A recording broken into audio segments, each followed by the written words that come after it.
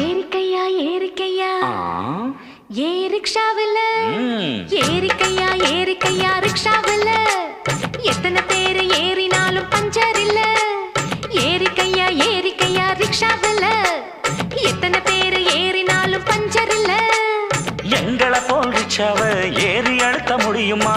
ஏறித்தான் பாறையா என்ன ஜெயிக்க முடியுமா? பள்ளம் மேடு உனக்கு தெரியுமா? போட்டி வேணாம் அம்மா. ஏரிக்கையா